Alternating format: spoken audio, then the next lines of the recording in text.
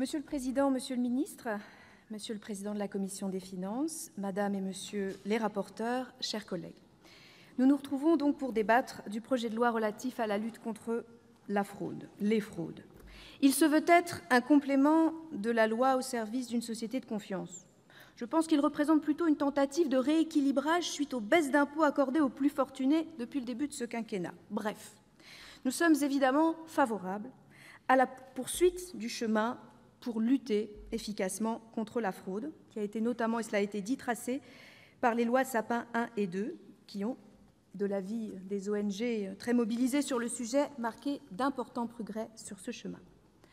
Alors ce texte, plein de bonnes intentions, mais il ne peut cependant être qualifié de grand texte.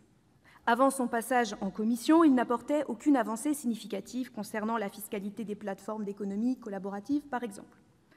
On peut mieux faire aussi sur la liste des paradis fiscaux, ça a été dit par le rapporteur général et les rapporteurs du texte. Et puis, bien sûr, rien sur le verrou de Bercy. Alors, dans ce texte, oui, des dispositions pour doter le ministère des Finances d'une nouvelle police fiscale et pour donner au ministère des Finances ou à la justice de nouvelles prérogatives censées dissuader les fraudeurs. Nous prenons acte, comme des avancées, de ces dispositions pour certaines d'entre elles, pour la plupart d'entre elles, et nous ferons des propositions pour les améliorer. Nous saluons avec satisfaction que la Commission des finances, dans une belle unanimité, ait amélioré les dispositions fiscales applicables aux plateformes collaboratives et ait proposé un dispositif clair pour lutter contre la fraude à la TVA sur Internet. Nous espérons que le Sénat, qui a beaucoup travaillé sur ces questions, sera entendu au cours de la navette parlementaire qui suivra. Sur les paradis fiscaux, nous regrettons que la liste de ces derniers soit aussi peu élargie à des pays dont les pratiques fiscales s'apparentent à un véritable dumping. Le texte de la Commission va dans le bon sens, mais pas encore assez loin. Il est temps que la France reprenne la main, puisque la Commission européenne a fait montre de son impuissance. Enfin, concernant le verrou de Bercy, nous sommes surpris que le rapporteur du texte continue de communiquer sur sa suppression.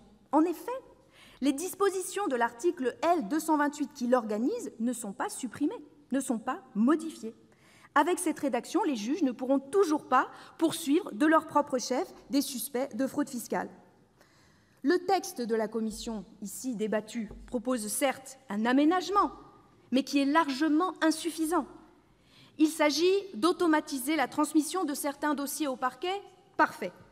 Ces dossiers devront correspondre à des critères, très bien, car il ne s'agit pour personne d'envoyer 15 000 dossiers devant les tribunaux qui seraient alors engorgés. Mais ces critères sont très restreints, trop restreints et surtout cumulatifs. Et c'est cela qui ne peut correspondre à l'exigence de suppression du verrou de Bercy. Par exemple, un contribuable ou une entreprise qui serait sanctionné par l'administration fiscale pour une pénalité de 40% et qui récidiverait, son dossier ne sera pas transmis automatiquement. Il n'est pas raisonnable que les critères définis soient cumulatifs. De très nombreux dossiers vont encore passer entre les mailles du filet, dans la droite ligne du manque de transparence qui caractérise la situation actuelle. Nous regrettons vivement que pour une partie de nos collègues, la lutte contre la fraude se limite à l'encaissement des droits et pénalités pour les malchanceux qui se sont fait prendre.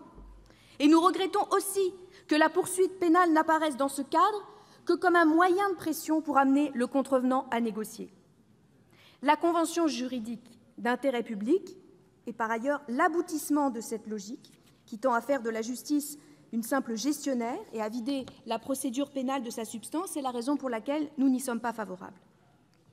Ce débat intervient après celui du mois de mai dernier à l'initiative de Marie-Pierre de La Gontrie, qui nous soumettait, avec sa proposition de loi, la suppression du verrou de Bercy. Notre Assemblée l'a rejeté en argumentant que nous pourrions aboutir maintenant, à l'occasion de l'examen du texte qui nous réunit aujourd'hui. Eh bien, force est de constater que le rendez-vous, pour l'instant, est manqué. Parallèlement, une mission d'information relative à la fraude fiscale a été instaurée à l'Assemblée et elle a été citée. Le rapport de cette mission et ses propositions ont recueilli l'approbation de tous les partis politiques y ayant participé. Tout le monde a reconnu l'excellence de ce rapport. La mission a défini le chemin à suivre. Et je pense que nous devons, devant cette unanimité, répondre présent et ne pas proposer de fausses solutions qui ne seraient que de la communication politique. Les conclusions de la commission Cariou répondent parfaitement aux enjeux, d'ailleurs qui ne se limitent pas à la suppression du verrou de Bercy, et vous retrouverez dans nos amendements des propositions de traduction dans la loi d'autres de ces recommandations. La levée du verrou de Bercy doit permettre la transmission au parquet de tous les dossiers correspondant aux fraudes fiscales aggravées. Et nous proposerons de définir dans la loi des critères non cumulatifs afin de transmettre ces dossiers automatiquement. Nous avons constaté que plusieurs sénateurs de différents groupes politiques, d'ailleurs, proposent des amendements identiques, et nous espérons que cette démarche permettra de faire vivre au Sénat les propositions issues de la commission de l'Assemblée nationale. Le verrou de Bercy est une condition indispensable. Sa levée, bien sûr, sa suppression, donc, est une condition indispensable pour un dispositif antifraude efficace et transparent, mais elle n'est pas suffisante. Nous aurons d'autres propositions d'amendements et notamment, nous vous engageons à considérer que tous les dispositifs que nous pourrons évoquer dans le cadre de cette discussion ne seront rien si les moyens que nous attribuerons notamment l'an prochain dans le cadre du projet de loi de finances 2019, si les moyens que nous attribuerons donc à ces services pour travailler ne sont pas à la hauteur, eh bien, il n'y aura pas d'efficacité possible et il n'y aura pas de lutte réellement dissuasive et efficace contre la fraude fiscale. Je vous remercie. Mon excellent collègue Thierry Carcenac en dira davantage sur ce sujet. Merci. Donc, la parole est à monsieur